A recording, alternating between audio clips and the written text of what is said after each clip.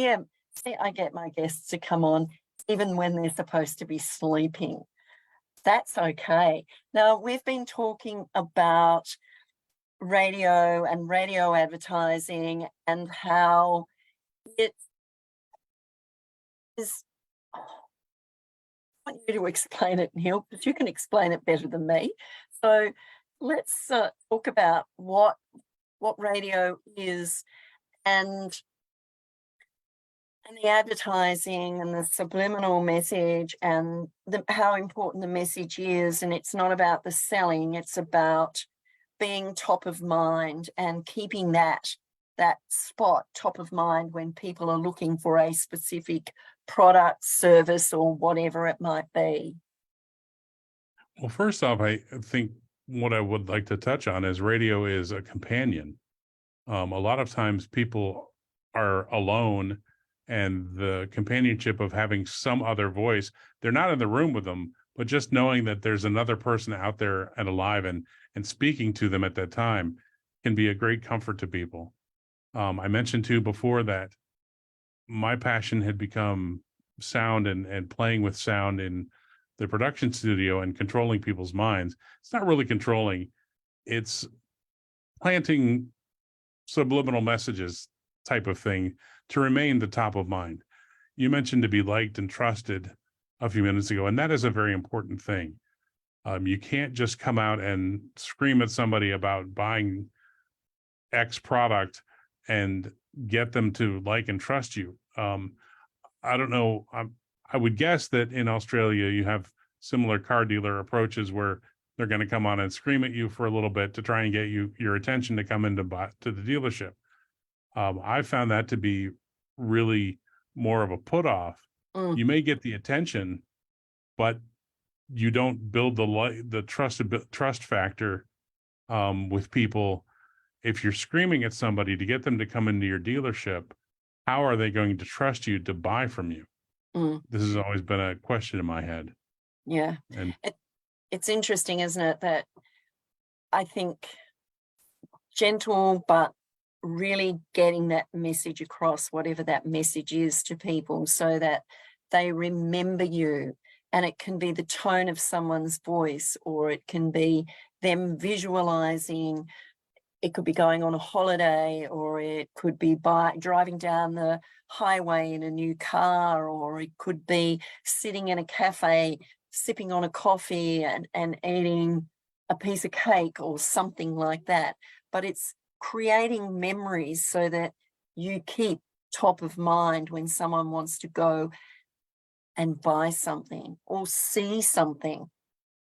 yeah, you touched on something that I should have mentioned before. When you're talking about driving down the road, maybe in a convertible with the wind blowing through your hair, or enjoying the coffee and the cake at a cafe, it's really to convey an effective message. It's all about emotion, because humans are emotional creatures, and we all kind of want the same thing: a better life for our kids and to be financially stable and all these things. It doesn't matter your race or creed. Everybody wants something a little bit better and is working to find that. And if your ad can touch on that and that emotion, because everything we buy on emotion. So true. Whether it's shoes or a car or whatever, we'll justify it later if we need to.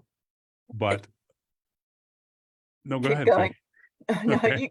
So if one of the examples I'd like to use is if somebody's walking down the street and they look in this store and they see a pair of shoes and go, "Oh, those look fabulous. I want those shoes." That's their emotion, of course. And then they have to justify a way to purchase those shoes. It's like, "Oh, I have this meeting next week. I can wear them there." So they've made the emotional decision to purchase the shoes, and they've justified it by saying they can use it for a business event. And that's using emotion in any kind of advertising is going to be more effective. And it's been proven out by study after study. People buy on emotion, not on reality. Yeah. And justifying what it is that you're purchasing. It's like a car.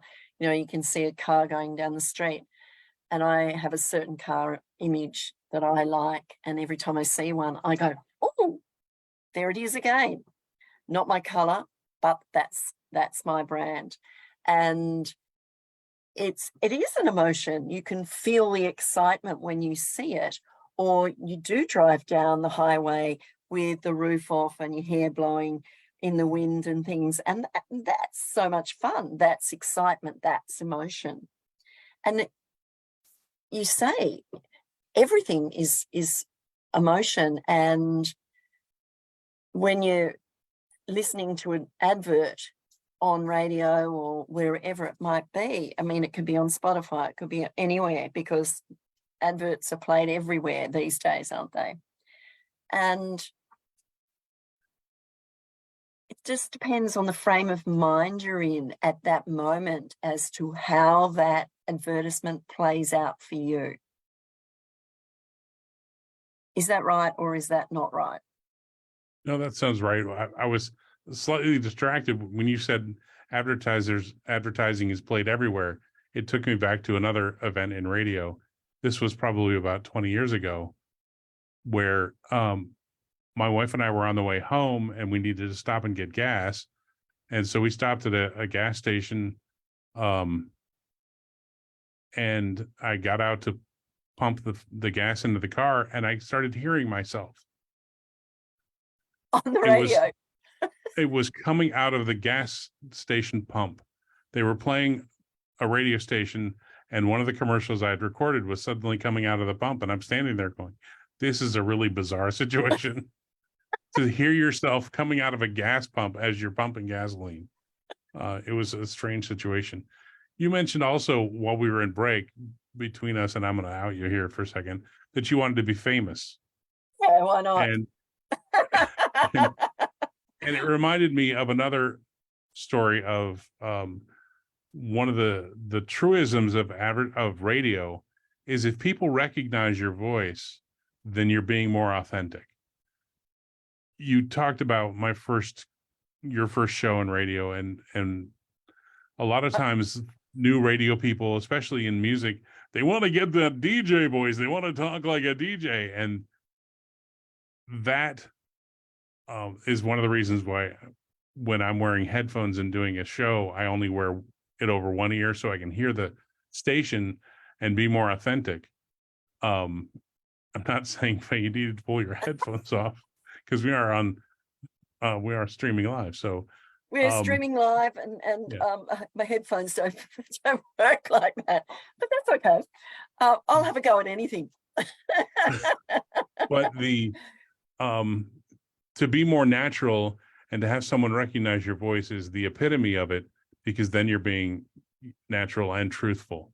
You're not trying to fool somebody with your own voice. Now, we may do that in commercials, adopt different dialects or speech patterns, things like that for commercials, but that is a different genre, because we're trying to convey something else. Then we're not the focus anymore. The disc jockey is the focus at the time, but in the commercials, it's the advertiser that's the focus, and we want to do the best we can for them. And it is all about voice, isn't it? Because people connect to a voice. And I, once upon a time before I got on radio, I'm thinking, who'd want to listen to my voice? Who'd want to listen to me? What do I have to say, And it's interesting because my voice hasn't changed since I started radio. It is what it is. And I can laugh, I can cry, I can have no words to say. But what happens, and it's all natural. And that's what I like about, that's what I love about what I do. Yeah, being authentic is key. And you are authentic. Having these conversations and people seeing the real guest, me as who I am. You either like me or you don't. I can't do anything about that, and I can't spend my time worrying about it. But it fascinates me because we've had a few conversations before you coming on radio about radio and about advertising, and that's why I wanted you to come on to talk more about it. because this is really relevant to business owners too, isn't it? When they're advertising themselves, because they're always looking for the shiny object outside, when the shiny object is who they are, but they don't see that.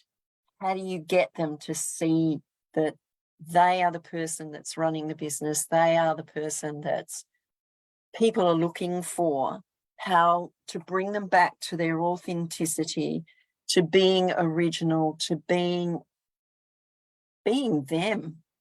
Because a lot of the time you see them and it's not truly them. It's kind of a part of them, but not all of them.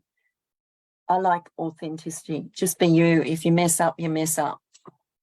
Yeah, I think that one of the reasons that you don't get the authenticity is for exactly what you're saying, is people want to be liked.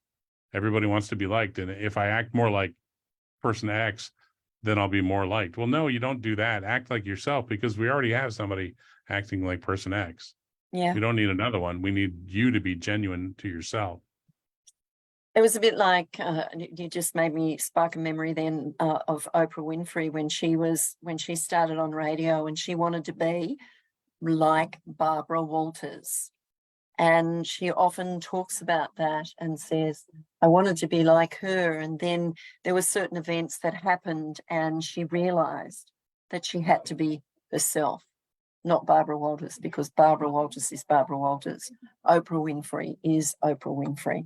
Neither the twain shall meet, really, although they're friends and things like that. But you can have an admiration for somebody and look at them and see them as they are. But why do you want to betray someone else when it's you that you want people to see?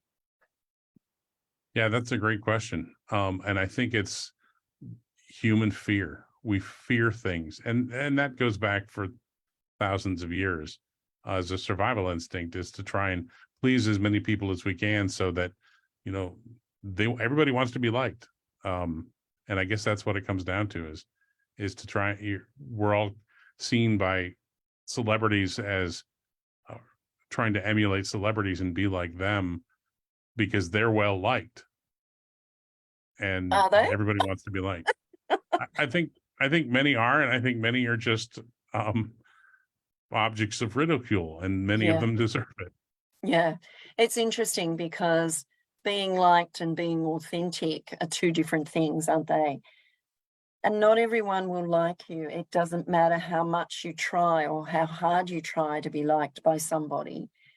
If they don't like you, it's nothing against you. It's just that there's something that they may see in themselves that they don't like, which they see in you. And I say that's a bit of judgment, but be yourself. And those people who are meant to like you will like you. Doesn't matter. Not everyone will like you. So it doesn't matter. Yeah, I think authenticity and likability are not mutually exclusive. You can be, and you should be, yourself, and people will like you or not like you. It's like being a sports referee. Any call you make, half the people are going to hate it. They do. It's so true. And the abuse that they can get. I know it's really interesting here. When the young girls play football, AFL football, it's, that funny looking ball that I don't like the football. No, but I've seen it. It's great.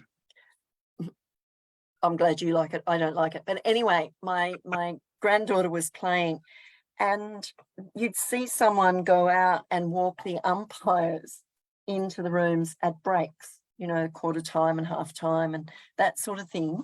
And I said, why do they do that? And they said, so they don't get abused. It was like, oh, really?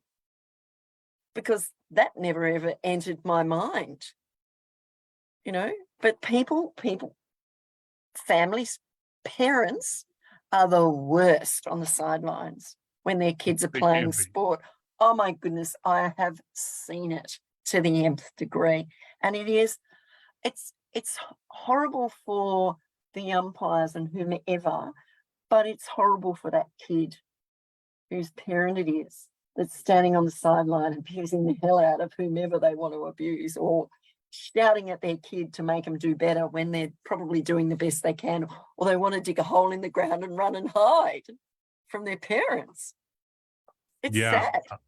it is sad, and it's still happening. I remember that happening as a kid, and that we haven't grown from that as a race, that we still have those problems with parenting and things like that. It is it's unfortunate that so many things that we as humans we need to change, that just hopefully will happen over the course of time, and sooner is better than later. I wish you luck in that area, because I think Yes. there'll be those parents who become aggressive because they, and not probably not deliberately, but it's because they want to see their kids succeed and they want to see the team win, but they're more interested in seeing their kid do what they couldn't do when they were a kid. A lot of the time they want their kid to be better than what they were. Quite interesting. Yeah, and there was a time with my daughter where I was coaching soccer, and this is, I don't know, she's 7 or 8. Every story I tell about my daughter, she's 7 or 8. Anyway, she'd gotten involved in some recreational league soccer, and what was funny about that is, all the kids would just cluster around the ball, and now you see like the Matildas, they're not all clustered around the ball. They're out for passes and everything, and would have liked to have seen them do better. But anyway, when they're just starting out, it's all, oh, there's the ball, we all have to be around the ball, and so everybody's kicking at the ball and the ball doesn't go anywhere because it's surrounded by little legs. I don't know why that story came up, but it's funny. Well, we're going to go for a break. We'll stop Yeah. live.